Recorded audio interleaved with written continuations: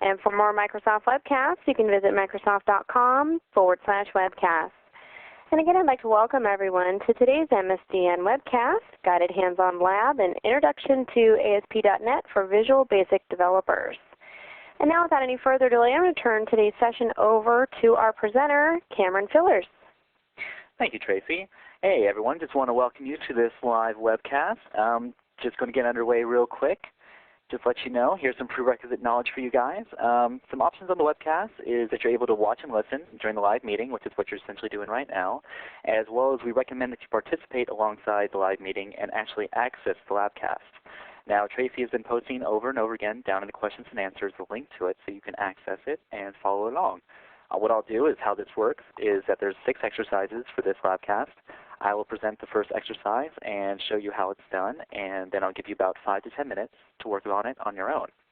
At that point in time, we'll come back and we'll work on the next exercise. And if you have any questions, you're more than welcome to ask them, and we'll help you along.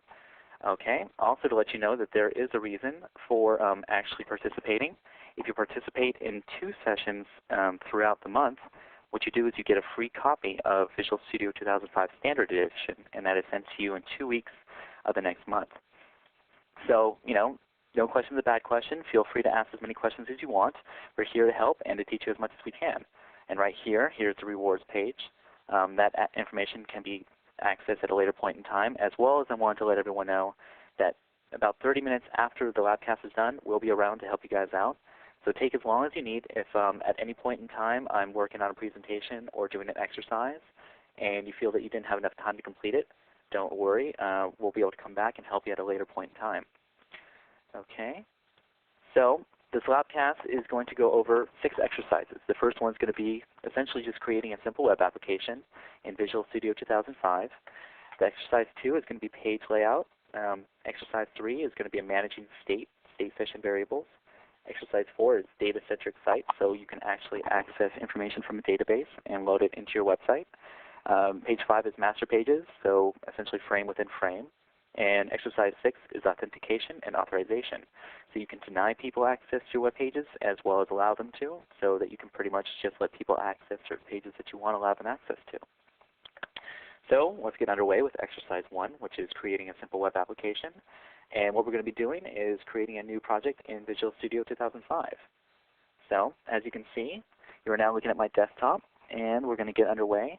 Once again, on the right-hand side, here is the lab manual information. So, during the exercise, when it's your turn to work on it, just go ahead and click on the actual links, and it'll bring up a document that allows you to store through and follow along. Pretty much I'm going step by step through these instructions so that I can help you along with it at a later point in time. So let's get underway. First of all, we're going to start up by opening up Visual Studio 2005.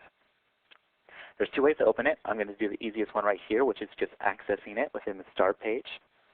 Go to Start, Microsoft Visual Studio 2005. You can also access it, if you're feel free to, by going to Start, All Programs, and then actually accessing Microsoft Visual Studio 2005 right here. Okay? Now that we actually have opened up Microsoft Visual Studio 2005, we're going to create a new project. Go to File, and then go to New Project. For the project type, we're going to choose Visual Basic. So right here you see Visual Basic, you see Windows, and we're actually going to create a web application. So let's go to ASP.NET Web Application, and we're going to click on OK. So leave everything as default. We don't really care about the naming convention right now. Give it a couple seconds to load on up.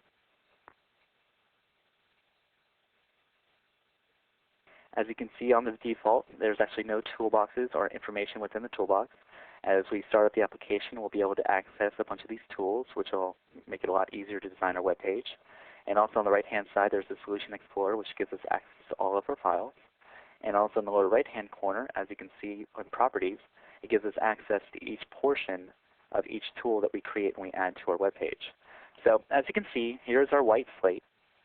Right now we're creating an ASP.NET web application, which is different than a Visual Basic application. With a Visual Basic application, pretty much you drop things onto the application or onto the form, and you're able to maneuver them wherever you want. This is not the case when it comes to a website. A website is free form, and so it's pretty much going to jumble all together unless you go and create tables. That's what we're going to be doing in exercise 2. But for the first part, let's go ahead and create our application, our web application. So to start off with, we're going to do enter your name. And then from the toolbox, which is right over here on the left, which was loaded with toolbox settings, we're going to go and grab a text box. Drag it on over here. As you see, it's placed to the right. So you can see enter your name and then a toolbox, or text box. Now next to that, we're going to do an enter. And then we're going to go and access a button and drag a button on over to it. Drop it on in there. All right. Looks good. Going to do enter one more time, and then we're going to drag a label. All right. As you can see, a very simple interface. We'll have enter your name, and this is the area where we're going to go and put in our name. We'll have button, which is actually going to create some commands, and then we have label. All right. Now, very simply, what we're going to do is we're going to double-click this button, and it's going to create some code behind information. Now, I'm just going to go and resize this a little bit so we can actually see it. As you can see, by double-clicking the button, you're pretty much just given the information, and it creates a code behind file. But that's going to be more information used in exercise 2. So what I want you guys to do at this current point in time is take about 5 minutes to pretty much mess around with the tools and create this actual layout. So I'm going to give you guys 5 minutes, and I'll see you then. All right. Thank you, Tracy. Once again, this is Cameron Sellers back, and apparently everyone did pretty well with that. No problems except for a few. So now we're going to move on to exercise 2. And exercise 2 is going to be page layout. And for instance, the 2 tasks that we're going to work with today are laying out controls as well as hooking up event handlers. So without further ado, let's get underway. If you haven't noticed, I made my screen a little bit bigger. That way that you can actually see a lot more of the page, as well as you can get a better idea of what I'm doing. If you wanted to work with that, all you have to do is on the desktop, right-click, go to Properties, go to your settings, and change the size of your resolution. So you can change it to whatever size is convenient for your screen. I know that most of you don't use 800 by 600 anymore, so you might want to change it to 1024 by 768. All right, so let's go back to our application. And so pretty much the very first exercise was just kind of showing you, how to go and drop things onto it. Nothing really to do with going and laying it out and making it look nice. So what we're going to do is we're going to select everything, and the way that I did that was with Control A. You can also go to Edit and choose Select All. So select everything and then delete it, either by hitting the Delete button or whatever's to your fancy. And what we're going to do is we're going to insert a table. And the table is going to allow us to pretty much have like 2 by 2 or 3 by 3 so that we can kind of get things in a sort of a nice shape. And by doing that, the easiest way is just going to Layout, going to Insert Table. Now, as you can see, we can set how many rows and how many columns we'd like. For this exercise, we're going to have 2 and 2. You can also set the width, whether or not you want it to be 100% of the page, the height 100% of the page, as well as you can set borders. So if you want to surround it with a black border, you'd select this box right here and then change the settings, and cell padding and cell spacing. So for right now, we just kind of want to get you introduced to it. So we're going to do just rows and columns 2 by 2. Going to hit OK.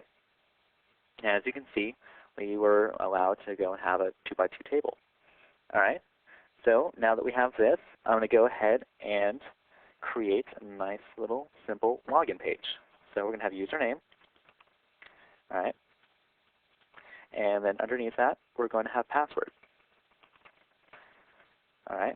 So, and then one of the easiest things that you can do is, now that I've selected right next to the username, you go over here to your toolbox, and let's go on down to text box.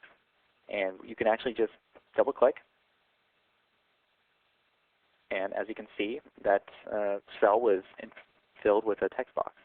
Going down to the next one, and I'm going to double click one more time. And as you can see, the text box was filled, or was actually dropped into that cell spacing. And one of the other nice things that you can do with your table is you can select right in the middle, and you can change the size of it. So let's say you had a really nice long name, and you want to make it wider. You just go in the middle and you drag it. So you can kind of manipulate it, you can move it around, and you can make it as big or as small as you like, whatever's necessary for you in the page that you're creating. Now we're going to go back And we're also going to add another button right there. There's a happy little button.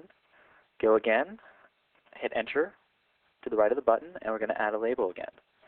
And what this is going to allow us to do is we're going to take this information that we actually put into the username, and we're going to fill it in with this label right here. Okay? Now, once again, I showed you in exercise 1. Getting a little ahead of myself. I was having too much fun. Double-click on button, and what it's going to do is it's going to create this code behind you. So it's actually creating an event for you right here. And so pretty much what this is doing is saying the button 1 click event. So when you click on the button, it's going to jump to this code, and it's going to pretty much do whatever we write in here. So what we're going to do is, as I showed you before with label 1, we have the label, and we're going to set the text property. Okay? So we have label 1, text. And what I'm going to do is I'm going to put some text into it, welcome, and going to use an ampersand. What that's going to do is going to append this text string, and we're going to append what's in text box 1 .text. Okay? So now that I've gone and written that, I'm going to hit this little arrow, which is the green arrow, which is going to start debugging. You can also start by clicking on build, or actually no, debug, sorry, and go to start debugging. Makes a nice little beep. All right. Enable the exception assistant turned on. Sure, why not?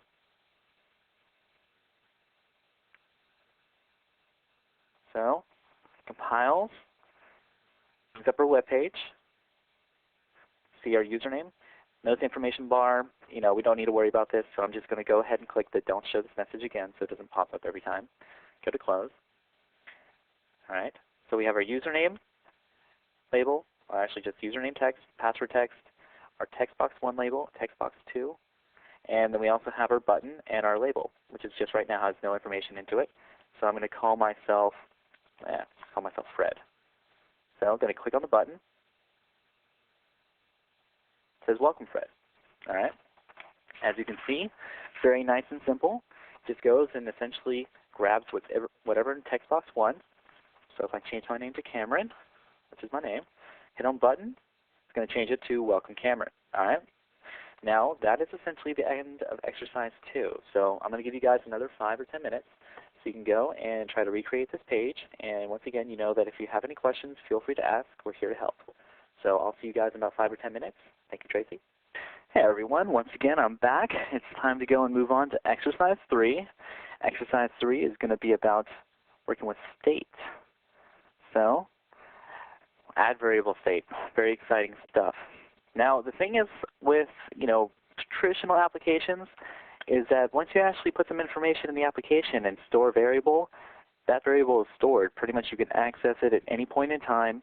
Later you can, grab that information throughout the life of the application. So pretty much as long as you don't close it, that information is stored, which is not the case when it comes to a web application. Pretty much, for instance, we're going to go ahead and we're going to take a variable and we're going to save it and we're going to see what happens. So even though I took the close behind view, for instance, I want to let you guys know that if you go back to the state, you can get back to the code behind view by going to right over here. Let me move this information on over a little bit. Double-click on default.aspx and right-click it and go to View Code. And that View Code will allow us to go back over to this page and see what's happening and access some information.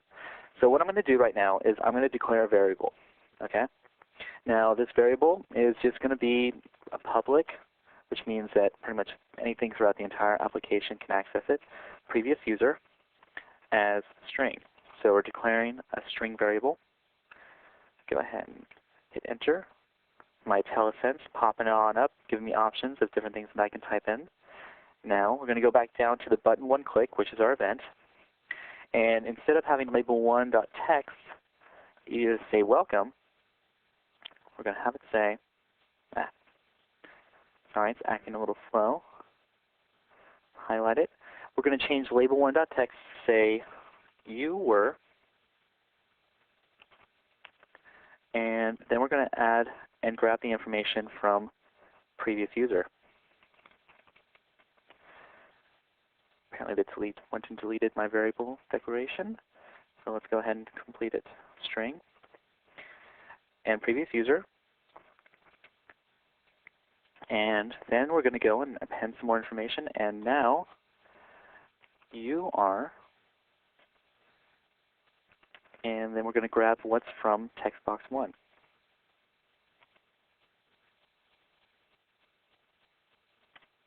Okay. Now let's see what happens.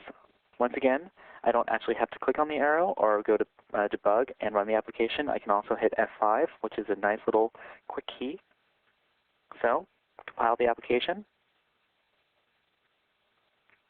bring up the window. So I'm going to go over to username, going to type in, my name's Happy. Okay? Hit button. You were nothing, and now you're happy. Okay? Now let's put in Doug. So now I'm Doug. You were nothing, and now you're Doug. So as you can see, even though in this code it went, oh, wait, I made a mistake. I'm sorry. I never actually saved previous user. So let's go back over here. Previous user equals textbox1.text. Okay. Now I'm going to go on down here, close that window. I'm going to run it one more time. Hit F5 once again.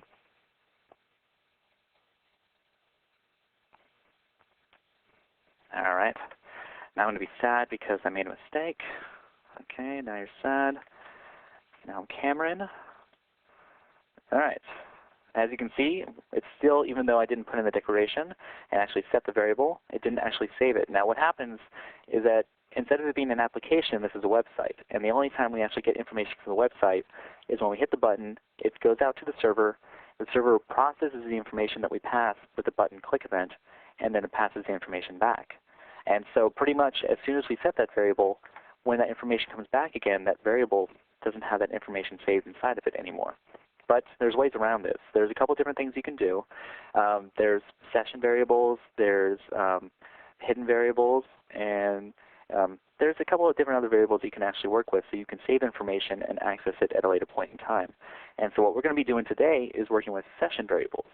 And that will allow us to pretty much throughout the life of the session, which is when you access the website, you can actually save these variables and it's saved there for your own personal version. So if I use it, I have my own session state, and let's say you go and use it, you'll have a different session state, and so your variable will be different. So we'll go to where it says previous user, and instead of actually using this declaration that we have above here, with public previous user as string, we're going to create a session and then use previous user as the key. And so when we want to actually access the previous user key from the session, what we're going to do is save it there. So that key right here, textbox1 is actually accessing the session state and storing whatever textbox1.text has into that session variable. Okay? So once again, all we've done is instead of actually using this previous user string method, we're going to store it within the session, and we're going to run it, and we're going to test to make sure that that works perfectly. Okay? Hit the little green arrow, starting back up again. Put my name as Cameron. Get a button. All right. You were nothing, and now you're Cameron. All right. Now I'm going to put nothing. Actually, and delete. You were Cameron, and now you're nothing. So as you can see, that's actually being stored, and we're able to access it, and we're able to pull it on out and store it within the actual little label. So now that you guys have an idea of how that sort of works, I'm going to give you another 5 or 10 minutes to sort of play around with it, try it on out, and test for yourself that that's actually what's happening. So I'll see you guys in about 5 or 10 minutes, and we'll move on over to exercise 4. All right? So thank you very much, and take it away, Tracy. Again, this is Cameron Fillers. Looks like everyone completed exercise 3 without too much difficulty. And so right now we're going to move on to exercise 4, which is data-centric sites. And pretty much what I'm going to teach you how to do today is how to add a data source.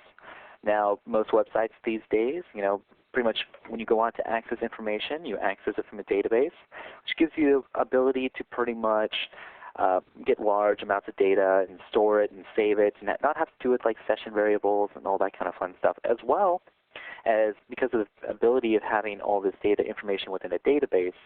You can pull it out and you can display it in a bunch of different fashions. And one of the ways that we're going to access it today is what we're going to do is we're going to create a grid view. Now, grid view is one of the ASP.NET 2.0 design and data designs. And so what we're going to do is we're going to add a new item. And this is done by going to your web application, going to it, right-clicking it, going to add. We're going to add a new item. Okay. This new item is going to be a web form. Go to the web form, click on Add.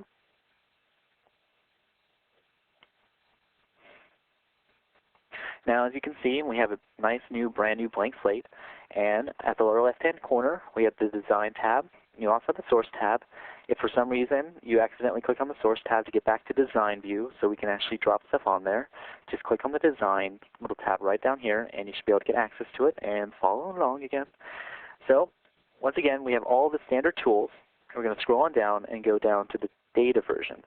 The Data section allows us to pretty much access stuff within the database. Now, with this lab view, we actually have you connected to a database already with the Northwind database, which is the standard Microsoft database. And so what we're going to do is we're going to access that and pull out some information. Now, the first thing we're going to want to do is find the grid view, which is right under Data. I have it hovered over it right now. Click it and drag it on to the form. All right. As you can see, it brings up, like, right now it's just kind of giving you the standard version. This is what it might look like.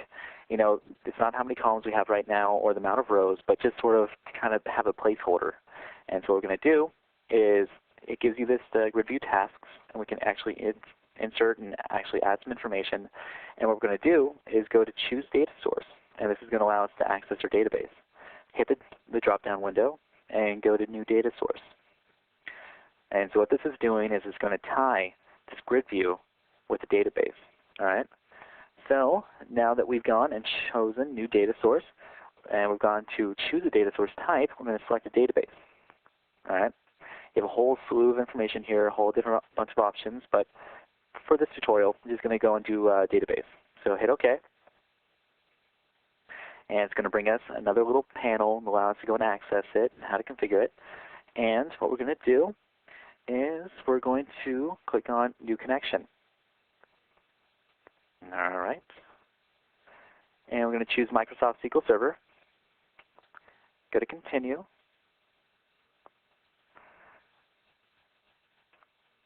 And for the server name, right now this is installed with SQL Server Express, and this information is actually contained in the lab manual. It's going to just be SQL Express. Okay. And for select the database name, down here, we're going to hit the drop-down arrow, and we're going to choose the Northwind database. All right. Now that we want to actually test it, we want to make sure we can access that database. We have a firm connection to it because we don't have to want to go through this again. So we're just going to hit this little button, Test Connection. Hear the nice loud beep. Tells you that the test connection succeeded. So we hit OK. All right. And we're going to go and hit OK. All right. Now that we're back into this window, we're going to click on the next button. And yes, save the connection string as Northwind connection string. This information is going to be stored within the web.config file. Now we're going to access that and mess around with that in exercise 6.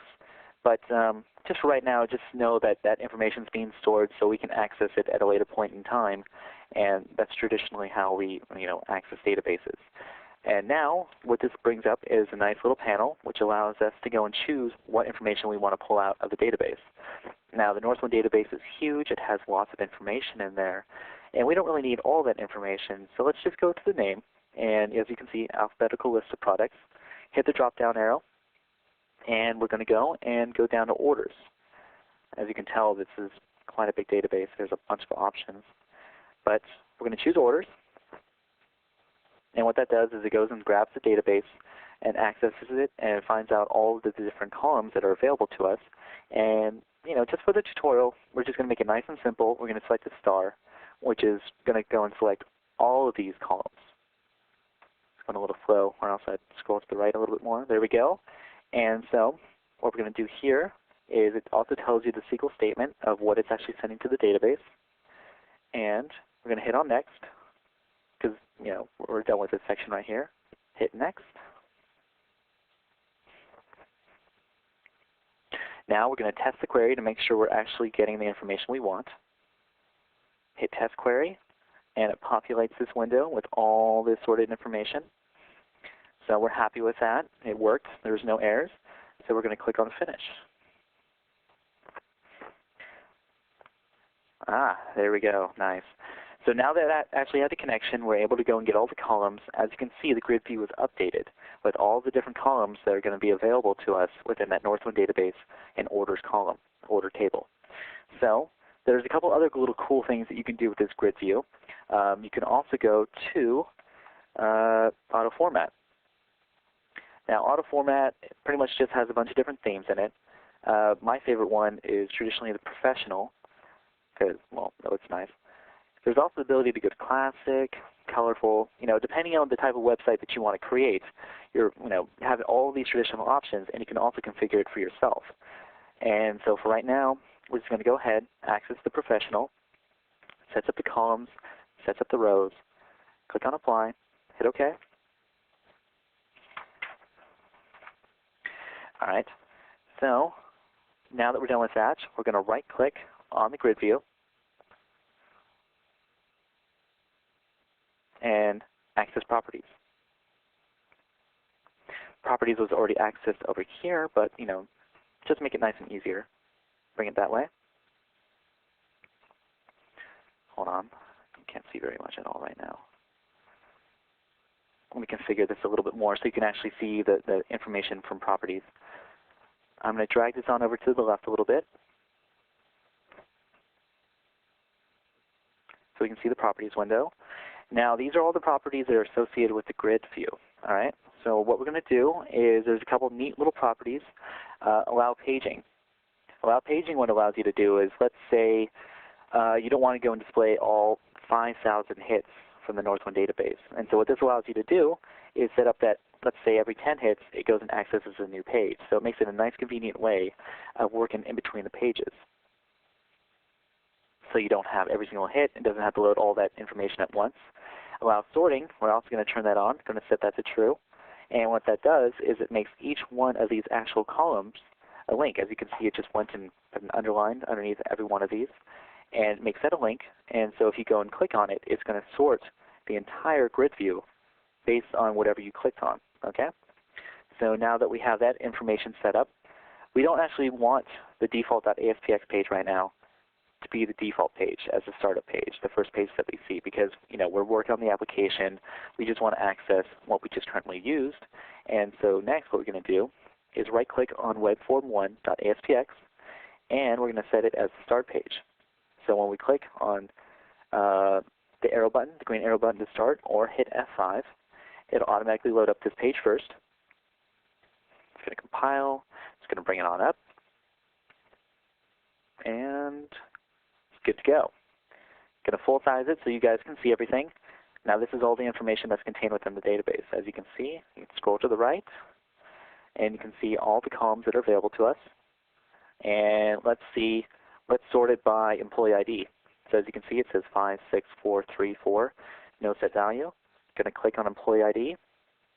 All the information changes. You have all the employee IDs, which is one. For instance, ship name. Now it's alphabetical order. Let's go to the bottom. And as you can see, we have all the paging options. So as you can see, there's a lot of pages to it. Let's go to page 5 just to make sure that it works. There you go. Load up to page 5. Scroll on down to go and see what's happening with the paging options. So it gives us the options of going from back over to 1, over to 10. Now all this information is customizable. So for instance, if you just wanted to have arrows, you could have arrows. If you wanted to be able to go and split between pages 1, 10, or next, last, first, you have all those options available to you within those property windows. I'm not going to cover that right now, but it's nice to know that that information is available to you and that you can pretty much set this up however you want. And it's rather very simple.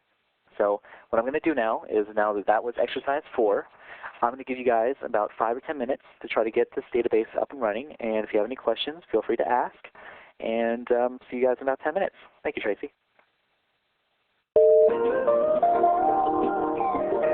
Welcome back. Once again, we just finished with exercise 4, which is connecting to a database. Now what we're going to deal with is exercise 5, which is master pages. I don't know how many of you have actually done any work going and making lots of web pages. So for instance, if you're working on a website and you have 10 different web pages and you want to change a link on all 10 of them, it can kind of become a pain in the butt because you have to go to every single page, you have to go and access it, you have to change that one link, and it would be real nice if you just had one page, which is essentially the outline of it, and you changed it in one place and it was pretty much propagated on all 10 pages. Now that's what we're going to be working with now, which is master pages. Now what we're going to do with this is, the 2 tasks that we're going to be working on is, 1, add a master page, 2 is retrofit our existing web form. And so what this actually means, so we're going to create a master page, we're going to go and set it up, add some little features to it, and then what we're going to do is we're going to take our existing web form, which was the ADO.NET accessing the data form with the North1 database that you just worked on, and then pretty much make it so it works with the master page. All right, so what we're going to do is going to access my web page. Quick question, quick thing for you guys, is that if any of you are having problems seeing my entire screen, what you can do is click on F5 to pretty much make the screen, maximize it so that you can see as much of my screen as possible. If you're having problems seeing it, then that's what I recommend. I'll try to go and make it a little bit smaller so you guys can see it, and if there's any other problems like that. But without further ado, let's get underway.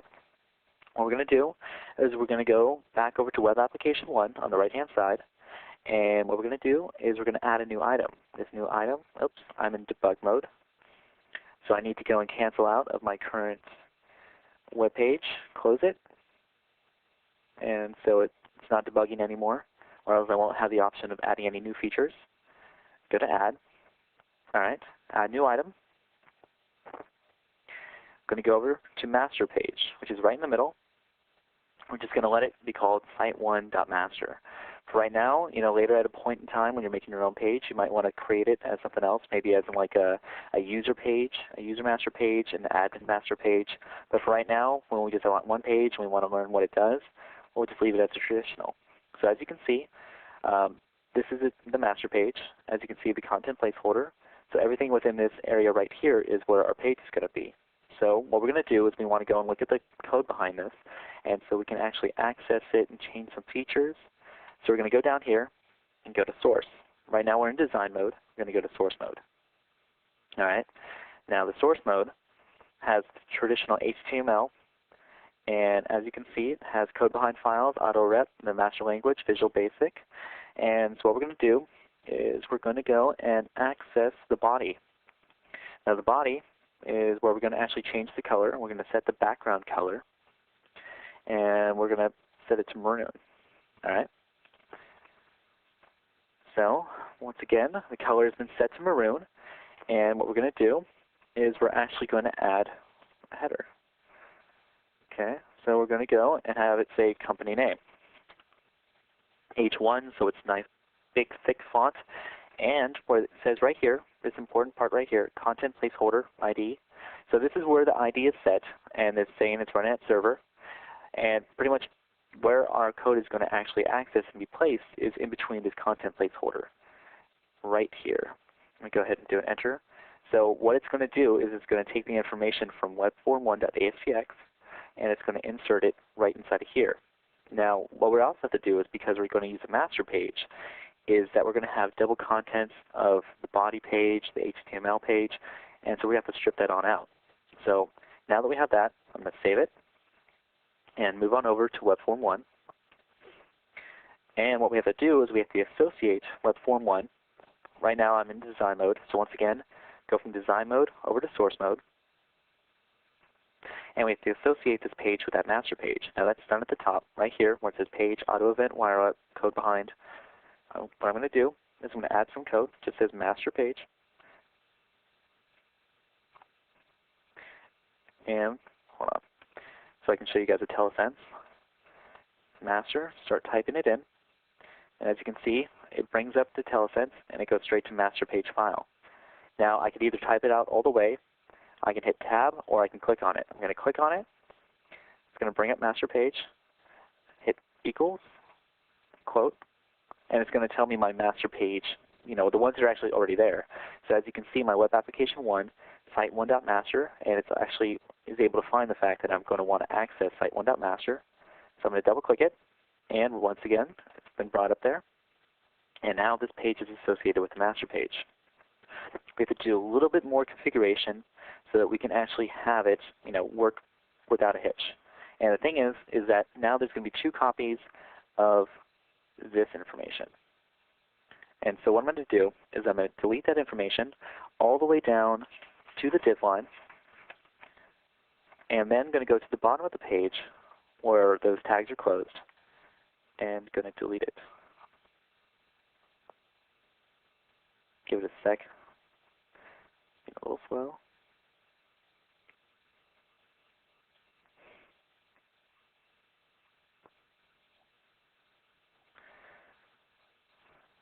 Got to scroll up a little bit. All right. So we have our div, we have our form, we have our body, we have our HTML. So what we're going to do is we're going to highlight that and just delete it. Now we also have to go and tell it which content placeholder we want to place it in, because you can have multiple content placeholders, more than one. If you have different frames and different sections of the page, you can insert different pages within it. And so it's very, very straightforward code. You're going to do an open ASP, and then we're going to go and do content. All right. As you can see, a telesense right here has already picked it up what we're trying to get to. So I'm going to hit enter. It's going to go on over. We're going to set the ID of it, the ID of what it's called in the master page. All right. So content placeholder 1. All right. I'm going to tell it to run at server. All right.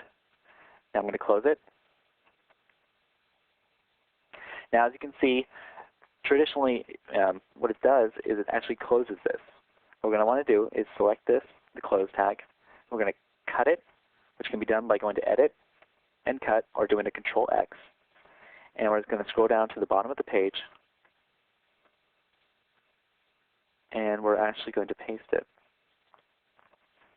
So what's saying is that everything between these 2 tags, the opening tag and the closing tag, is going to be thrown into the site1.master page. All right. So now that that's done, let's go ahead and run it and make sure it works.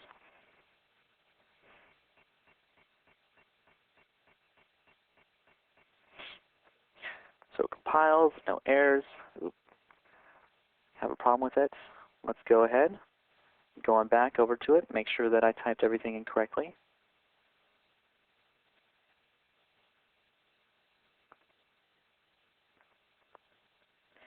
ASP content ID equals content placeholder 1. Oops, it's not just ID. I forgot to set the content placeholder ID. So content placeholder ID equals content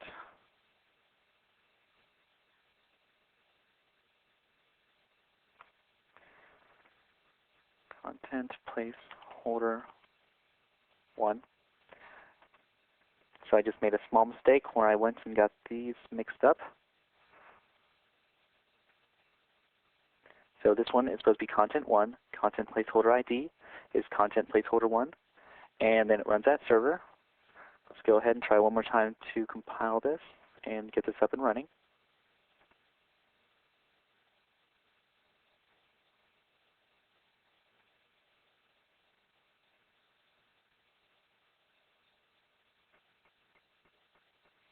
All right, as you can see, we now have our master page. We have our nice maroon background. We have our company name. And then we actually have our other page, which is contained within the master page. Okay? Now, a quick little thing that I want to show you guys is that it's not nearly that difficult every time. You don't have to remove stuff. For instance, let's go back. I close it down. I'm going to go and pretend like I'm about to add another form, just to go and show you guys that traditionally you can just actually tell it to access a master page. So I'm going to go to Add, New Item, and let's go to a web form. Okay, web form 2.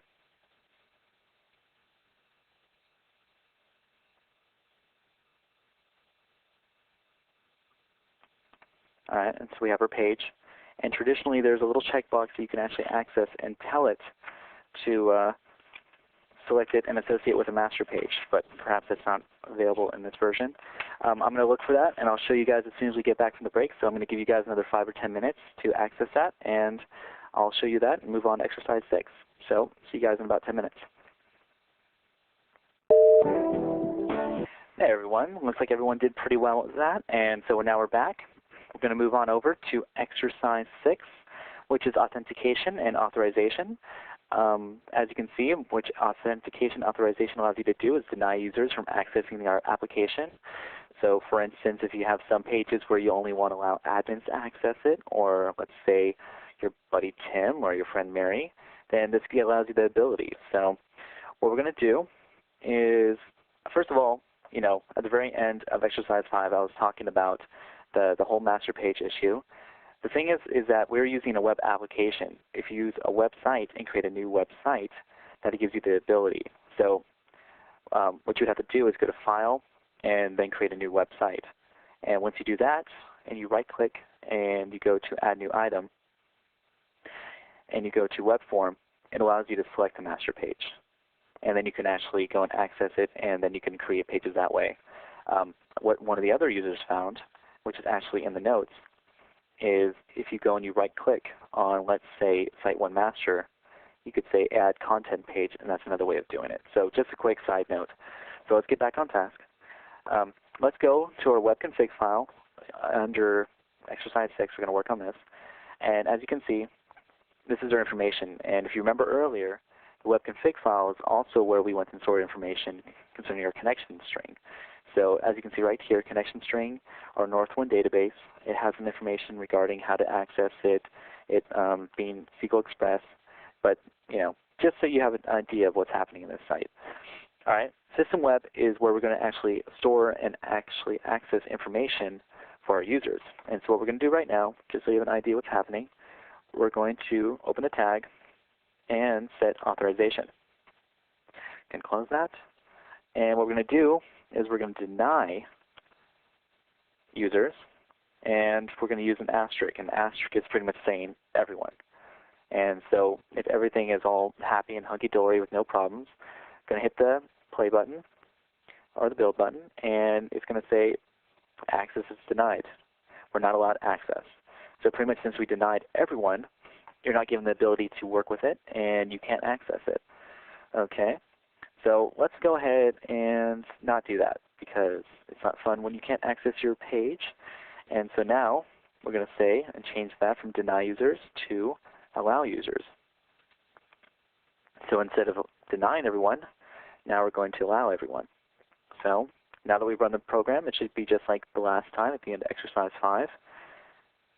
Bring it on up, company name, you know, I can't see the difference whatsoever. Okay?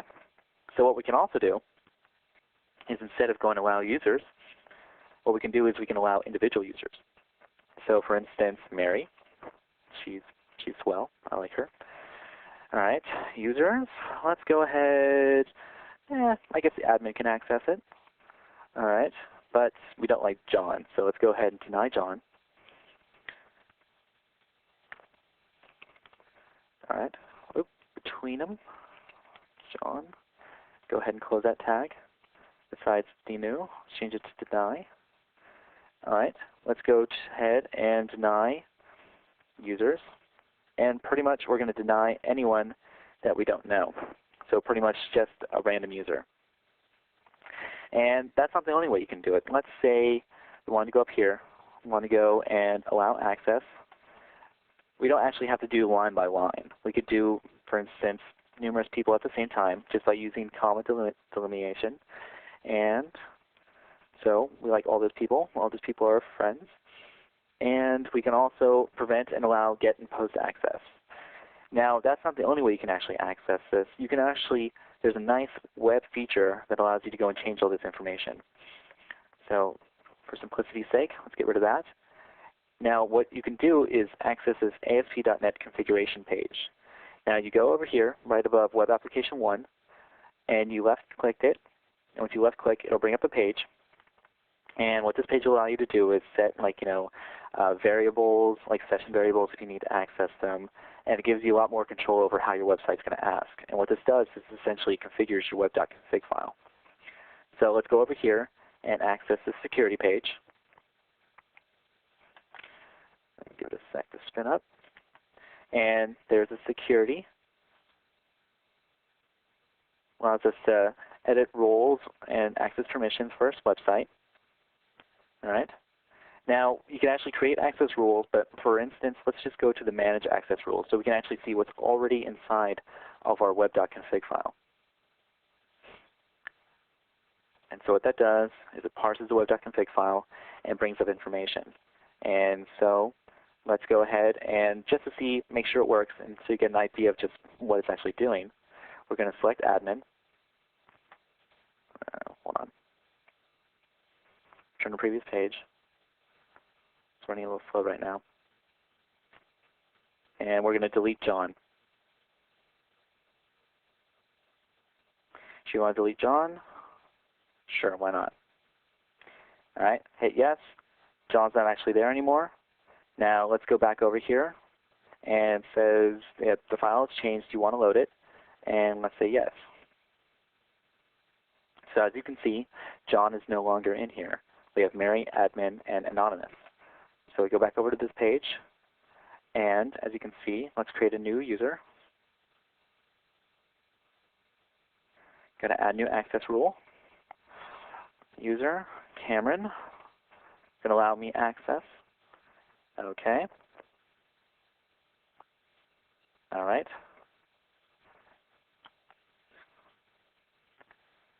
That keeps on posting up because of the fact that it's a Windows Lab. So you select it, select the user, it's highlighted. Going to move it on up. Going to move myself to the top. All right. Now let's go back over here and see what changes have been made. Let's reload the page. As you can see, I'm at the very top, and numerous other positions. So pretty much this just goes and lets you decide who has access to your website, who can access it, who cannot access it. So you can set up various rules. And pretty much the way that web.config works is that you can have separate directories. So you can have an appliance directory, or you can have different people access different portions of your site with a different web.config file. And so for different portions of your site, you can set up restriction rules so that only specific people or specific members or groups can access those sections. And so you pretty much have more control over what happens on your website and who's able to access what. And so what we're going to do is that was exercise 6, our last exercise, and I'm going to give you guys another 5 or 10 minutes to work on it. I will be around for the next 30 minutes to help people out and answer personal questions, but that is essentially the end of our Labcast. So I hope you all had a good time and you learned a lot, and hope to see you next time. So take care and have a wonderful day.